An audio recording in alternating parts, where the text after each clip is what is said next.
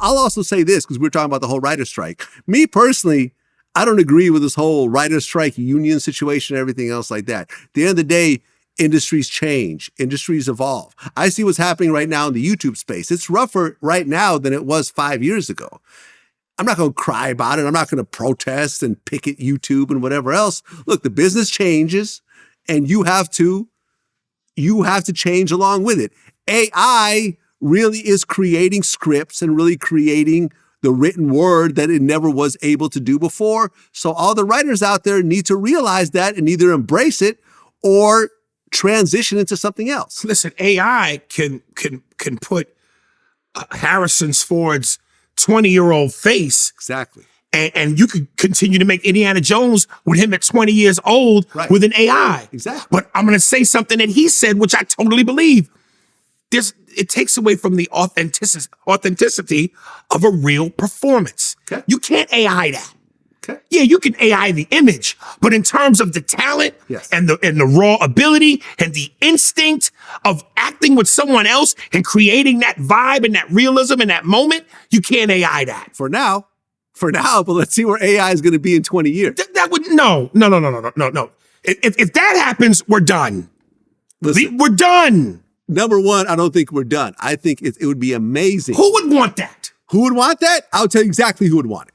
The people that cannot afford a $10 million budget to come up with a movie based on a script that they've written. Right? Listen to me. Hold on. Let me finish. Look at all of these great scripts that are sitting in someone's bin right now.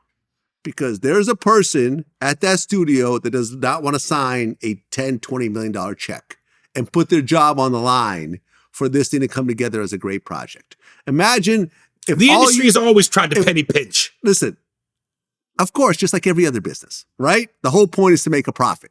But what I'm saying is, imagine a situation where all you need is a script. You plug it into an AI system and it creates the movie for you. Where all you need is the great idea to come up with the great story. You see what I'm saying? You're bypassing the ability of what humans. But a human is still at the heart of it. It's no different. Listen, Andy Warhol, we were just talking about this. Andy Warhol did not paint his own shit after a while. He had a group of artists that worked for him that created his pieces. Damien Hirst, like a lot of people create work. Now, this is where you're taking me out of these waters because I don't really know art like that. So let me ask you a question. Okay. The pieces that are worth the most money, is it the pieces that he painted or the people that painted them? It doesn't matter. It doesn't? It actually doesn't. There's really no differentiation between the two. Okay, well, I don't know. Am I right? Am I right? Well, I don't know. I don't know that world, but I know this. I know there's no differentiation. I know when COVID, as long as that signature is on there, it's treated the exact same way. I know when COVID hit, the whole thing was, oh man, this is going to change the movie industry because it's streaming now. Most people are going to stay at home. Right. Theaters are done, and theaters aren't done. And they're coming back. They're more done than they were before the pandemic. Theaters aren't going anywhere because it's about the human experience.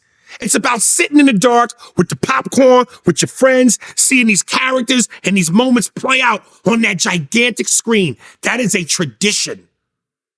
That is a human moment. That's not going anywhere. I just looked so you're not going to replace actors with AI. Let me tell you something. Over the past 5 years, AMC stock has lost 75%.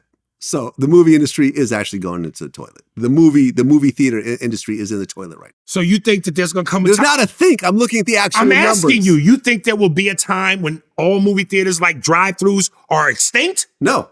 I think that they will still be there, and I think it'll be a nostalgic piece. And I think that certain people will still like the movie theater experience.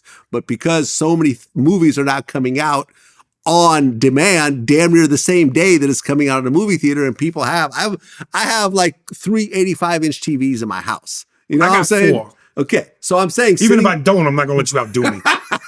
Sitting back in my home theater. I mean, listen, back in the day, if you had one of them big screen, big back TVs, you were considered rich. And those were what, maybe 40 inches, 45 inches? Now having 85-inch TV is like regular. You could get one for like $2,000. So I'm saying, sitting at home, watching Guardians of the Galaxy like I did last night in my house with my surround sound system on my 85-inch TV with people around me was pretty enjoyable. You see, I didn't have to go to a movie theater to enjoy it. I don't think you're the majority of. I don't think you make up the majority of those people. Based on the stock price, I kind of have. And keep in mind, again, we're just coming back from COVID. So it may take a second for things to rebound. We'll see what happens. I'm confident in that belief. We'll see. We'll see.